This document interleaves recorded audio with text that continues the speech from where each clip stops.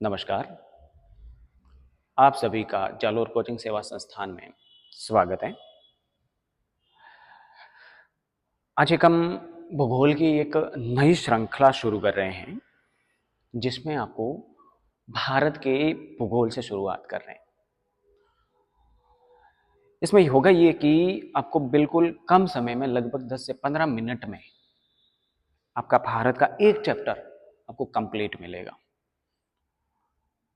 आपको यहाँ पर समझाया तो जाएगा ही, उसके अलावा अगर आपको इसकी पीडीएफ चाहिए तो आप जो इसी वीडियो के डिस्क्रिप्शन में कॉन्टैक्ट नंबर है, वहां से आप पीडीएफ भी ले सकते हैं।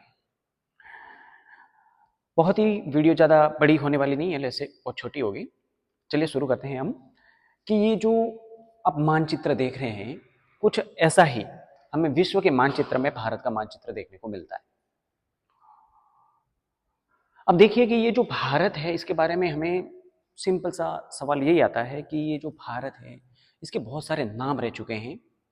उस नामों से कभी कभार सवाल पूछा जाता है, जैसे कि ये जो नामकरण है कि अभी वर्तमान में जो हमारा देश है उसका नाम भारत है, लेकिन लोग इसको इंडिया भी कहते हैं, लोग इसको हिंदुस्तान भी कहते हैं, लोग इसको आर्यवत भी कहते थे, लोग इसको हिंद भी कहते थे। इस नाम के पीछे क्या इतिहास छुपा है, चलिए इसको जानने की कोशिश करते हैं कि जो भारत है,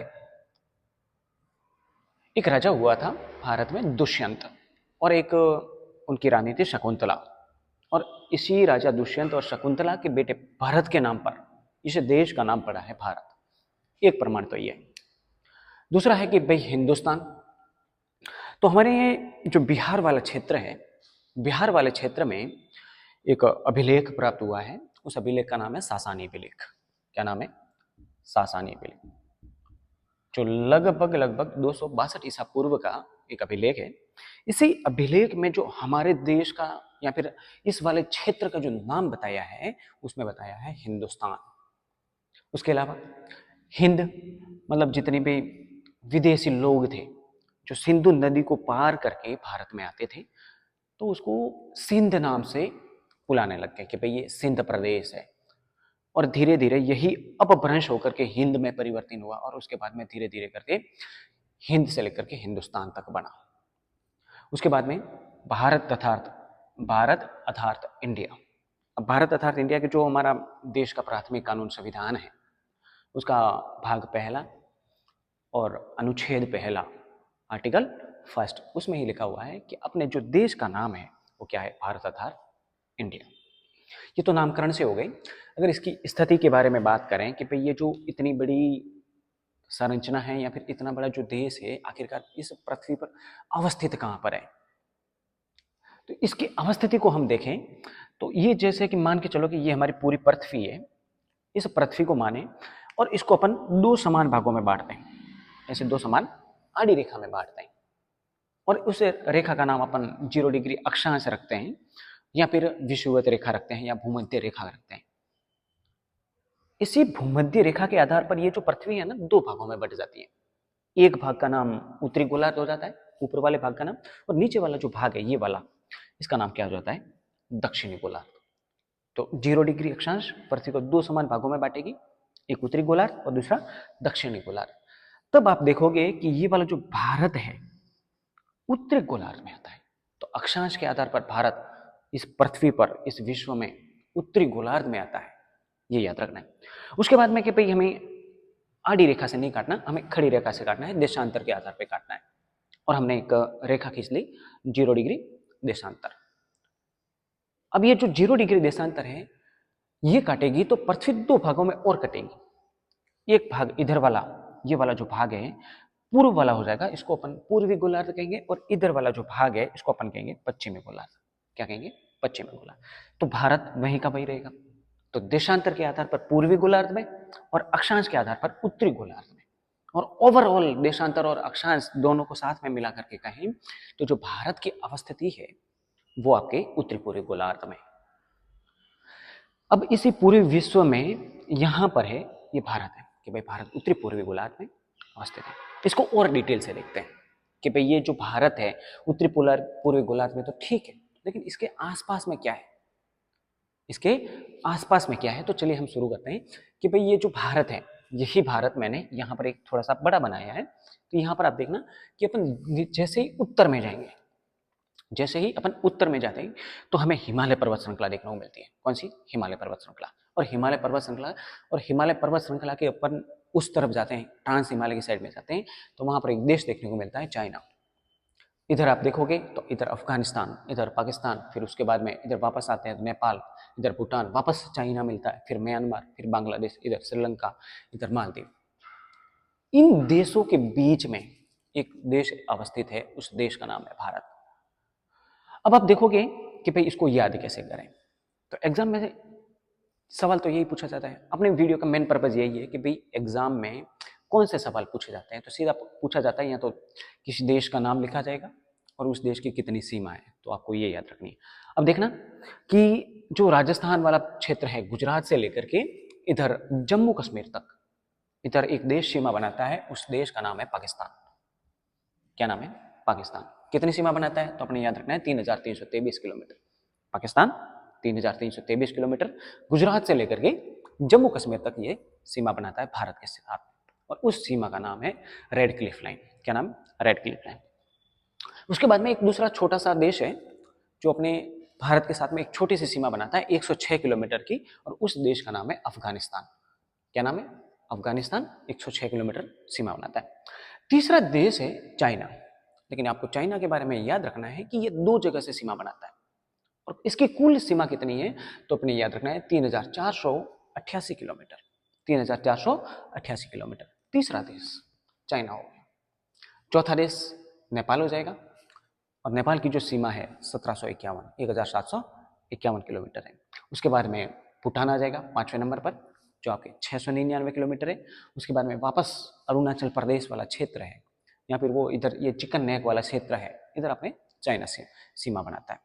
उसके बाद में और आगे जाएंगे तो हमें एक और देश मिलेगा जिसका नाम है म्यांमार। क्या नाम है? म्यांमार, या फिर इसको अपन ब्रह्मा के नाम से भी जानते हैं कि इस देश का नाम क्या है? ब्रह्मा या फिर म्यांमार। ये कितनी सीमा बनाता है तो अपने याद रखना है 1643 किलोमीटर। उसके बाद में ये जो बंगाल की खाड़ी वाला क्षेत्र है, इधर एक देश और सीमा बनाता है, और इस देश की सीमा कितनी है? 4096 किलोमीटर। तो सवाल यहाँ से पूछा जाता है कि ऐसा कौन सा देश है जो सबसे ज्यादा सीमा बनाता है, और ऐसा कौन सा देश है जो सबसे कम सीमा बनाता है। तो अपने याद रखना है सबसे ज्यादा जो सीमा बनाने वाला देश है वो है अपने बांग्लादेश, और सबसे कम सीमा बनाने वाला जो देश है वो कितना है? 106 किलोमीटर अफगानिस्तान। दोनों की अपने सीमा याद रखनी है कि 4096 किलोमीटर है जो सबसे ज्यादा है, और सबसे कम वाली जो सीमा है वो अफगानिस्तान की है। कितनी है? 106 किलोमीटर। कभी कभार आपके पाकिस्तान की भी पूछी जाती है, तो अपने याद रखना है 3323 किलोमीटर है, और चाइना की पूछी जाए तो 3488 किलोमीटर है। ये तो हो गए सीमा के बारे में कि भाई इन देशों के बीच में भारत अवस्थित है। अपन नीचे आएंगे तो इधर हमें एक महासागर देखने को मिलेगा, उसको अपन कहते हैं बंगाल की खाड़ी। एक हिंद महासागर का भाग है कि भाई इसको अपन बंगाल की खाड़ी कहते हैं। भारत के पश्चिम में जाते हैं तो हमें एक और सागर देखने को मिलता है, उस सागर का नाम क्या है? अरब सागर। नीचे जाएंगे तो हमें एक देश देखने को मिलेगा श्रीलंका। श्रीलंका से आप भली भांति जानते हैं। अगर कि भाई एग्जैक्ट प्रॉपर इसी भारत की अवस्थिति कहाँ है देशांतर और अक्षांश के आधार पर, तो अपने याद रखना है कि दक्षिण में एक पॉइंट है 6 डिग्री 4 मिनट अंडमान निकोबार में, और अंडमान निकोबार में भी ग्रेट निकोबार में एक पॉइंट है जिसका नाम है पिग्मेलियन पॉइंट। क्या नाम है? पिग्मेलियन पॉइंट या फिर इंदिरा पॉइंट। दो नाम याद रखने, एक का नाम है पिग्मेलियन पॉइंट, इधर है, जिसका नाम क्या है? Pygmalion point. पिग्मेलियन पॉइंट, या फिर इसका नाम अपन इंदिरा पॉइंट भी कहते हैं। इंदिरा पॉइंट से शुरू होता है 6 डिग्री 4 मिनट से शुरू होता है कि भाई ये जो 0 डिग्री है इसे अपन ऊपर जाएंगे तो 6 डिग्री आएगा। जैसे कि ये आवा, इधर से अपन ने एक रेखा खींच दी, एक गोल व्रत बना दिया कि भाई 1 डिग्री पर एक व्रत बना दिया, तो ऐसे करते कि 6 डिग्री 4 मिनट से एक व्रत शुरू होता है जहां से भारत की शुरुआत होती है। तो 6 डिग्री 4 मिनट उत्तरी अक्षांश से लेकर के 37 डिग्री 6 मिनट, 37 डिग्री 6 मिनट उत्तरी अक्षांश तक। याद रखना दोनों तरफ उत्तरी अक्षांश है। 6 डिग्री 4 मिनट से लेकर के 37 डिग्री 6 मिनट उत्तरी अक्षांश तक भारत अवस्थित है। इसके बीच में कि भाई यहाँ पर 6 डिग्री 4 मिनट शुरू होता है और ऊपर जाते हैं जहाँ पर 37 डिग्री 6 मिनट आता है, वहां पर भारत समाप्त हो जाता है। उसके अलावा कि भाई देशांतर के आधार पर तो अपने याद रखना है कि एक गुजरात में जगह पड़ती है गोहर माथा। कौन सी? गोहर माथा गुजरात में जगह पड़ती है, जो आपके 68 डिग्री 7 मिनट पूर्वी देशांतर, 68 डिग्री 7 मिनट पूर्वी देशांतर से शुरू होता है और अरुणाचल प्रदेश में एक जगह पड़ती है कीबीथू। कौन सी जगह? कीबीथू, जिसकी 97 डिग्री 25 मिनट पूर्वी देशांतर तक, इसके बीच में भारत अवस्थित है। 6 डिग्री 4 मिनट से लेकर के अपने 37 डिग्री 6 मिनट तक, इधर आपके 68 डिग्री 7 मिनट से लेकर के 97 डिग्री 25 मिनट पूर्वी देशांतर। एक पूर्वी देशांतर है और एक उत्तरी अक्षांश है, दोनों के बारे में आप थोड़ा सा याद रखें। 4 पॉइंटों के बारे में पूछा जाए तो अपने दक्षिणी पॉइंट, पिग्मेलियन पॉइंट या फिर इंदिरा पॉइंट। दूसरी चीज कि भाई उत्तरी पॉइंट कौन सा है, तो अपने उत्तरी पॉइंट याद रखना है इंदिरा कॉल है। कौन सा है? इंदिरा कॉल। तो इंदिरा पॉइंट से इंदिरा कॉल तक, इधर अपने गुजरात में गोहर माथा है, गोहर माथा से लेकर के कीबीथू तक आपके भारत की अवस्थिति है। यहाँ पर दिया हुआ है कि भाई पश्चिम में गोहर माथा है, पूर्व में कीबीथू है, उत्तर में इंदिरा कॉल है और दक्षिण में इंदिरा पॉइंट है। अगर मुख्य भूमि की पूछी जाए कि भाई मुख्य भूमि से भारत कहाँ पर शुरुआत होती है, द्वीपों को नहीं गिनना, तो अपने याद रखना है कि एक राज्य है तमिलनाडु। तमिलनाडु में एक जगह पड़ती है कन्याकुमारी। कहाँ पर? कन्याकुमारी। और कन्याकुमारी में भी एक स्थान पड़ता है 8 डिग्री 4 मिनट पे, केफ कैमोरिन। केफ कैमोरिन कन्याकुमारी में। कन्याकुमारी से, केफ कैमोरिन से लेकर के इंदिरा कॉल तक भारत अवस्थित है। ये भारत की अवस्थिति है कि भाई भारत एग्जैक्ट कहाँ पर है। तो आप मेरी बातों को समझ गए होंगे कि हमने अक्षांश देशांतर के आधार पर देखा, उसके अलावा भौतिक रूप से देखा कि भाई भारत किन देशों के बीच में अवस्थित है। उसके अलावा यहां से सवाल पूछा जाता है कि जो भारत की आकृति है, भारत की आकृति कैसी है, तो अपने याद रखना है चतुष्कोणीय। कैसी है? चतुष्कोणीय। उसके अलावा कि भाई जो भारत की स्थलीय सीमा है, कि भाई जहां पर समुद्र सीमा भारत के साथ में नहीं बनाता, स्थल की सीमा कितनी है, तो अपने स्थल की सीमा याद रखना है कि एक 15,106 किलोमीटर, 15,106 किलोमीटर या फिर 15,106.7 किलोमीटर भारत की स्थलीय सीमा है। उसके अलावा कि भाई ये जो जलीय सीमा है, गुजरात से लेकर के इधर पश्चिम बंगाल तक, इधर त्रिपुरा तक, ये वाली सीमा कितनी है, तो अपने याद रखना है कि पहले वाला जो डाटा था वहां पर कितनी दी हुई थी, 7,516 किलोमीटर, 7,516। लेकिन अभी नए डाटा के अनुसार जो भारत की जलीय सीमा है वो कितनी है, 11,098 किलोमीटर, 11,098 किलोमीटर। तो इसको याद रखना है कि ये नया डाटा है और ये नया डाटा पूछा जाता है कि भाई जो भारत की जलीय सीमा कितनी है, कि भाई गुजरात आ गया, महाराष्ट्र आ गया, इधर गोवा आ गया, केरल आ गया, तमिलनाडु आ गया, उसके बाद में आंध्र प्रदेश, ओडिशा, पश्चिम बंगाल, ये जो समुद्र से बनने वाली सीमा कितनी है, तो अपने याद रखना है 11,098 किलोमीटर। उसके बाद में अपन बात करें कि भाई कुछ अक्षांशों के बारे में याद रखना है, तो 6 डिग्री 4 मिनट अपने याद रखना है कि दक्षिणी पॉइंट है, पिग्मेलियन पॉइंट भी कहते हैं, इंदिरा पॉइंट भी कहते हैं। यही अपने कहां पर है, ग्रेट निकोबार में है। पहला अक्षांश ये याद रखना है। दूसरा कि 8 डिग्री 4 मिनट उत्तरी अक्षांश, तो अपने याद रखना है केफ कैमोरिन कन्याकुमारी में है। तीसरा अक्षांश याद रखना है कि ये जो लक्षद्वीप वाला क्षेत्र है ना, भारत का एक केंद्र शासित प्रदेश लक्षद्वीप, सबसे छोटा केंद्र शासित प्रदेश, 51 किलोमीटर, 51 वर्ग किलोमीटर का क्षेत्रफल है। यहाँ पर एक देश है, सॉरी केंद्र शासित प्रदेश है लक्षद्वीप। इस लक्षद्वीप से बहुत बार सवाल पूछे जाते हैं कि भाई जो 8 डिग्री उत्तरी अक्षांश है वो कहाँ पर अवस्थित है, किन किन के बीच में है, या फिर किन किन को अलग करता है, या फिर 9 डिग्री उत्तरी अक्षांश है वो किन किन को अलग करता है। यहाँ पर आप तीनों चीज समझना कि भाई एक तरफ तो लक्षद्वीप है, कि भाई ये मैंने लक्षद्वीप बना दिया, उसके बाद में एक मैंने मिनिकाय बना दिया कि भाई ये अपने मिनिकाय है, एक द्वीप है, और एक तरफ हमने बना दिया मालदीव। भाई ये मालदीव का द्वीप है, तो मालदीव एक देश है। तो अपने याद रखना है कि 9 डिग्री उत्तरी अक्षांश लक्षद्वीप को मिनिकाय से अलग करेगा, या फिर लक्षद्वीप और मिनिकाय के बीच में। उसके बाद में 8 डिग्री उत्तरी अक्षांश आपके मिनिकाय और मालदीव के बीच में। तो यहां पर थोड़ा सा कंफ्यूज नहीं होना, 9 डिग्री और 8 डिग्री, 9 डिग्री लक्षद्वीप और मिनिकाय, और 8 डिग्री मिनिकाय और मालदीव के बीच में ये जो उत्तरी अक्षांश वाला आपके उत्तरी अक्षांश है ये अवस्थित है। उसके अलावा यहाँ पर सवाल याद पूछा जाता है कि 68 डिग्री 7 मिनट पूर्वी देशांतर पर कौन सा स्थान अवस्थित है, तो गोहर माथा। 97 डिग्री 25 मिनट पर कौन सा स्थान है, तो अपने याद रखना है केबेथु। और 37 डिग्री 6 मिनट पर अपने याद रखना है इंदिरा कॉल। उसके अलावा हम बात करें कि भारत से एक रेखा गुजरती है कि भाई ऐसे जैसे हमने एक एक व्रत बनाया था, एक एक डिग्री पर एक एक व्रत बनाया था, तो ऐसे करके हमने 23.5 डिग्री पर एक व्रत बनाया है। और उस व्रत का नाम अपन ने रखा है 23.5 डिग्री नॉर्थ वाला, जिसको अपन कर्क रेखा कहते हैं। क्या कहते हैं? कर्क रेखा। और भारत के 8 राज्यों से होकर गुजरती है। कितने राज्यों से? 8 राज्यों से होकर गुजरती है।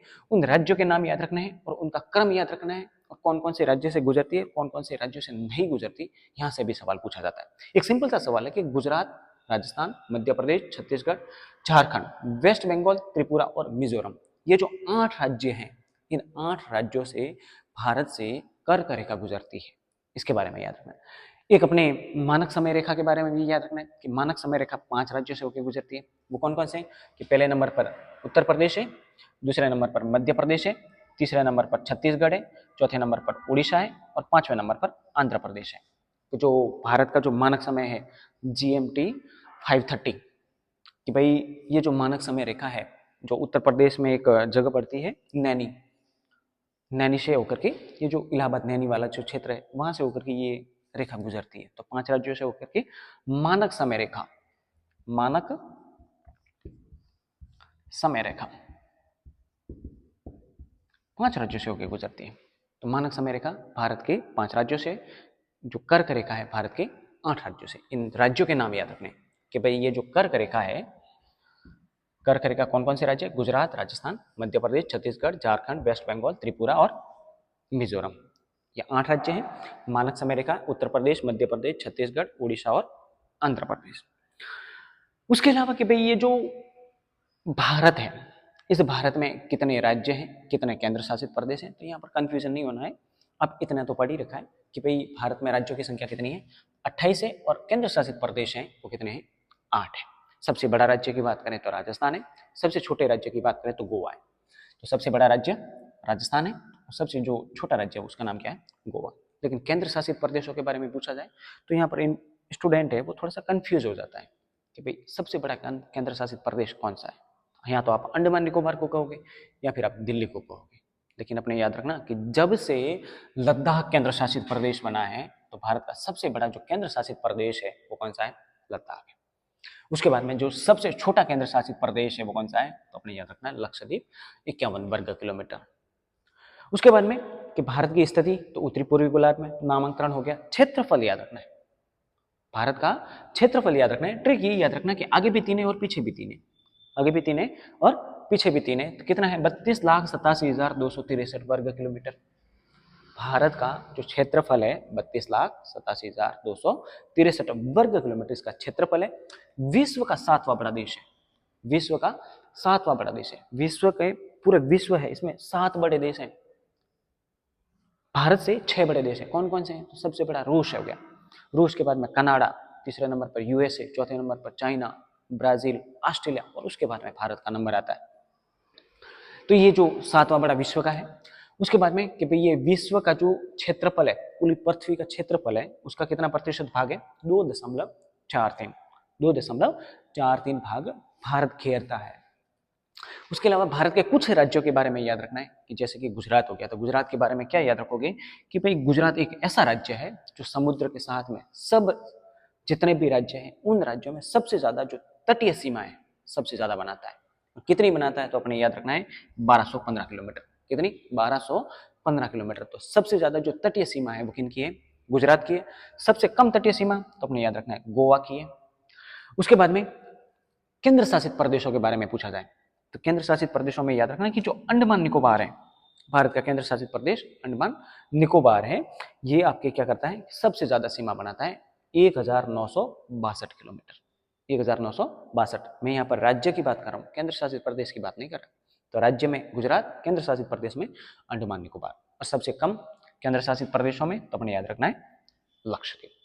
उसके बाद में अगर 28 राज्यों के बारे में या फिर 8 केंद्र शासित प्रदेशों में बात करी जाए तो अपने याद रखना है कि पहला केंद्र शासित प्रदेश यहाँ पर लद्दाख है, दूसरा यहाँ पर अपने जम्मू कश्मीर में, तीसरा है यहाँ पर दिल्ली है, चौथा यहाँ पर चंडीगढ़ है, पांचवा यहीं पर दमन दीव और दादरा नगर हवेली है।